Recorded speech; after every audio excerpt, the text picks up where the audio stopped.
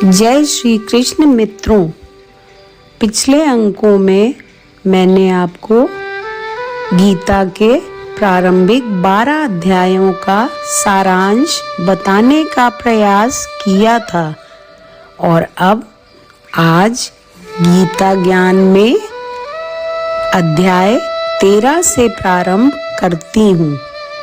अध्याय 13 समम पश्यन्नि सर्वत्र समवस्थितमीश्वरं न हिनस्य आत्मनाम ततो याति पराम गति।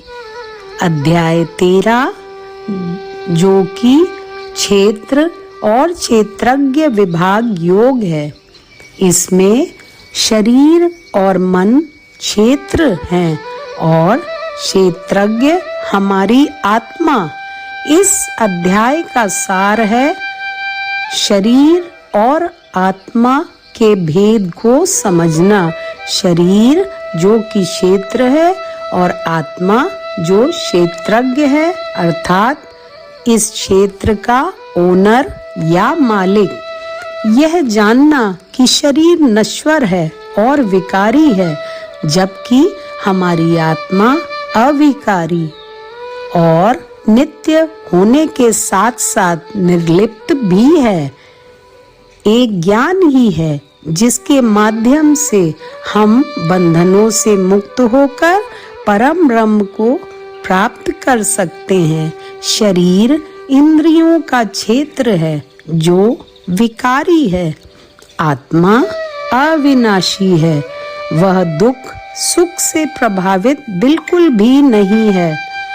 यह अध्याय मनुष्य को अपने वास्तविक रूप को पहचानने तथा आत्मा को शरीर व प्रकृति से अलग शुद्ध चेतना बताता है। आत्मा बिना लिप्त हुए ज्ञान के माध्यम से मनुष्य को मुक्ति के मार्ग पर ले जाने में सहायता करती है। अध्याय 14 नियतम कुरु कर्म त्वम कर्म ज्यायो हि कर्मणः शरीर यात्रापि च तेन प्रसिद्ध येत कर्मणः। अध्याय 14 गुणत्रय विभाग योग है। इसमें सतोगुण, रजोगुण और तमोगुण पर चर्चा है। श्री कृष्ण कहते हैं कि प्रत्येक मनुष्य को यह 3 गुण प्रभावित अवश्य करते हैं। सतोगुण ज्ञान, सुख और शांति देता है। रजोगुण लोभ और बेचैनी देता है तथा तमोगुण आलस्य और मोह को अत्यधिक बढ़ा देता है। मनुष्य को यदि आत्मज्ञान तथा मुक्ति पानी है तो इन तीनों गुणों से ऊपर उठना ही होगा।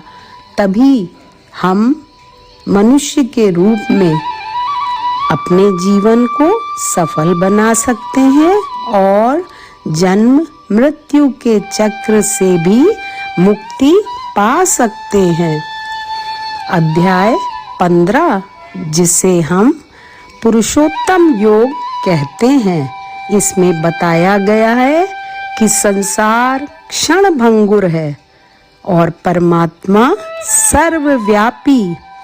इस अध्याय का सार है कि यह संसार एक उल्टे लटके हुए वृक्ष के समान है, जिसका मूल ऊपर की तरफ है और शाखाएं नीचे की तरफ। यदि हमको मुक्ति पानी है तो इस वृक्ष की अहंकार, मोह और वासना रूपी जड़ों को वैराग्य के अस्त्र से काटना होगा। पर इसका यह मतलब नहीं कि हम संसार से भाग जाएं। संसार में रहकर निर्लिप्त होकर अपना कार्य करें, अपने कर्तव्यों का निर्वहन करें, तभी ईश्वर के रूप को जानना और समझना संभव है। यह अध्याय आत्मा वह परमात्मा के भेद को स्पष्ट करता है। इस अध्याय में शरीर एवं संसार की नश्वरता और भक्ति एवं परम ज्ञान के लाभ बताए गए हैं। आत्मा की अमरता पर चर्चा है तथा परम सत्य की प्राप्ति का मार्ग भी बताया गया है। श्री कृष्ण कहते हैं और बताते हैं कि संसार रूपी वृक्ष की सारी शाखाएं प्रकृति के 3 गुणों सतोगुण, रजोगुण और तमोगुण द्वारा विकसित होती हैं। यदि हम सकाम कर्म करते हैं अर्थात इच्छाओं से युक्त होकर काम करते हैं तो फल रूपी बंधन बने ही रहते हैं। अतः ईश्वर को यदि जानना, समझना और प्राप्त करना है तो निष्काम कर्म करना पहली शर्त होगी। निर्मनि मोहा जित संग दोष आध्यात्म नित्या विनिवृत्त कामा द्वंद्वैर विमुक्ता सुख दुख संज्ञय गच्छन्तमूढ़ा पदम व्ययम तत्। अध्याय 16 दैवासुर संपद विभाग योग। इस अध्याय 16 में मनुष्य के दैवीय तथा आसुरी गुणों का वर्णन है, जिसमें प्रभु श्री कृष्ण बताते हैं कि हे पार्थ, निर्भयता, सत्यवादिता, इंद्रिय निग्रह एवं दान जैसे गुण हमें मोक्ष की ओर ले जाते हैं और अहंकार, क्रोध, लालच, काम तथा हिंसा जैसे तत्व हमें मुक्त नहीं होने देते। हमें शास्त्रों के आधार पर ही आचरण करना ही होगा। यदि हम अपनी आध्यात्मिक उन्नति करना चाहते हैं। यह अध्याय मनुष्य को दैवी बनाने का प्रयास करता है। यह अध्याय बताता है कि मनुष्य कैसे दैवी संपदा को विकसित कर सकता है और किस प्रकार दुर्गुणों से बच सकता है। दंभो दर्पो अभिमानश्च क्रोधः पारुष्यमेव च अज्ञानम च अभिजातस्य पार्थ संपदमासुरीयम। अध्याय 17 यह श्रद्धा त्रय विभाग योग है। यह अध्याय अर्थात अध्याय 17 बताता है कि बिना श्रद्धा किए सारे कर्म व्यर्थ हैं। हम कोई भी काम करते हैं, यदि उसे पूरे मनोयोग और श्रद्धा के साथ नहीं करते तो वह काम व्यर्थ ही रहता है। साथ ही साथ ओम तत्सत का मंत्र बहुत महत्वपूर्ण है। यह मंत्र ब्रह्मा का रूप है। यह मंत्र सत्य और अच्छाई का प्रतीक है, जिससे व्यक्ति कर्मों की शुद्धता तथा मोक्ष प्राप्ति का मार्ग प्रशस्त करता है।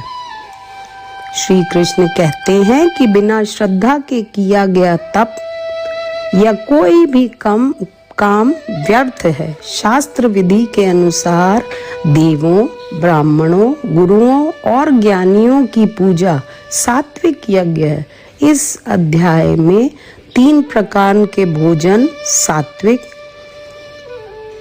राजसी और तामसी का वर्णन है। सात्विक भोजन अर्थात पवित्र, राजसी भोजन जो खूब मसालेदार है और तामसी जो बासी और अशुद्ध भोजन है। इन सभी से हमारे गुण निश्चित रूप से प्रभावित होते हैं, हमारे कर्म भी प्रभावित होते हैं। इसी प्रकार 3 प्रकार के तप और 3 प्रकार के ज्ञान की भी चर्चा है। ज्ञान भी 3 प्रकार के होते हैं और तप भी 3 प्रकार का। साथ ही साथ दान भी 3 प्रकार के होते हैं। सात्विक तप जो सबका सम्मान करता है और सत्य एवं प्रिय बोलता है। राजसी तप, जिसमें दिखावा ही दिखावा शामिल है, और तामसी तप, जो दूसरों को हम कष्ट देते हैं। इसी प्रकार दान भी 3 प्रकार के हैं। सात्विक दान, जो बिना किसी फल की इच्छा के दिया जाता है।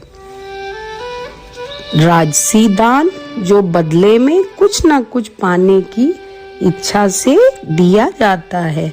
और तामसी दान, जो अयोग्य व्यक्ति को दिया जाता है, जो सुपात्र न हो उसे दिया जाता है।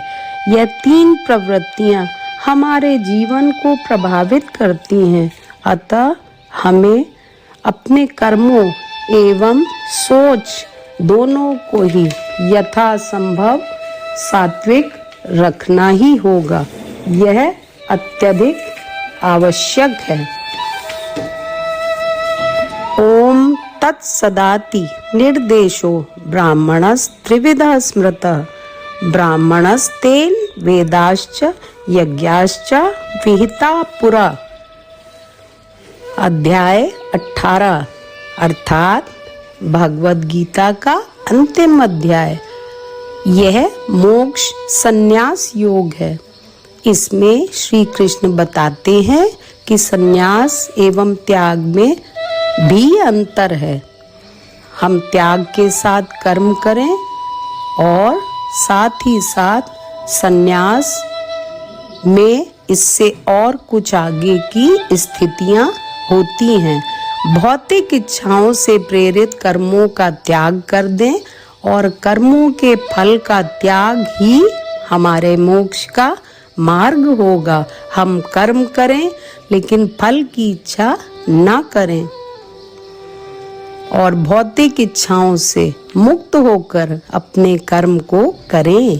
प्रभु यज्ञ, दान तथा तप को कभी न त्यागने को कहते हैं। हमेशा प्रभु को, यज्ञ को और दान के साथ साथ तप को अपनाने को कहते हैं। साथ ही अपने सारे कर्मों को ईश्वर को समर्पित करने को भी कहते हैं।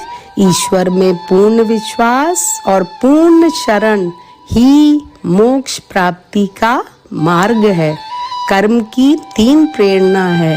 ज्ञान, जो जाना जाता है, ज्ञाता, जो जानता है, और ज्ञेय, जो जानने की वस्तु है। यही तीनों कर्म की प्रेरणा है। अर्थात ज्ञान, ज्ञाता और ज्ञेय, ये तीनों कर्म करने की प्रेरणा है।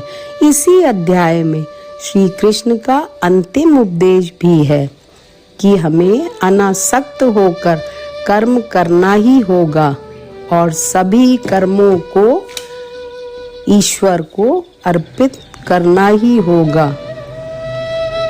मोक्ष का मार्ग श्री कृष्ण ने इसी अध्याय में बताया है और यह भी कहा है कि हमको हर हाल में अहंकार से मुक्त होकर कर्म करना ही होगा। वही मुक्ति का मार्ग है। काम्यानाम कर्मणा न्यासम संन्यासम कवयो विदु सर्व कर्म फल त्यागम प्राहुस त्यागम विचक्षणता।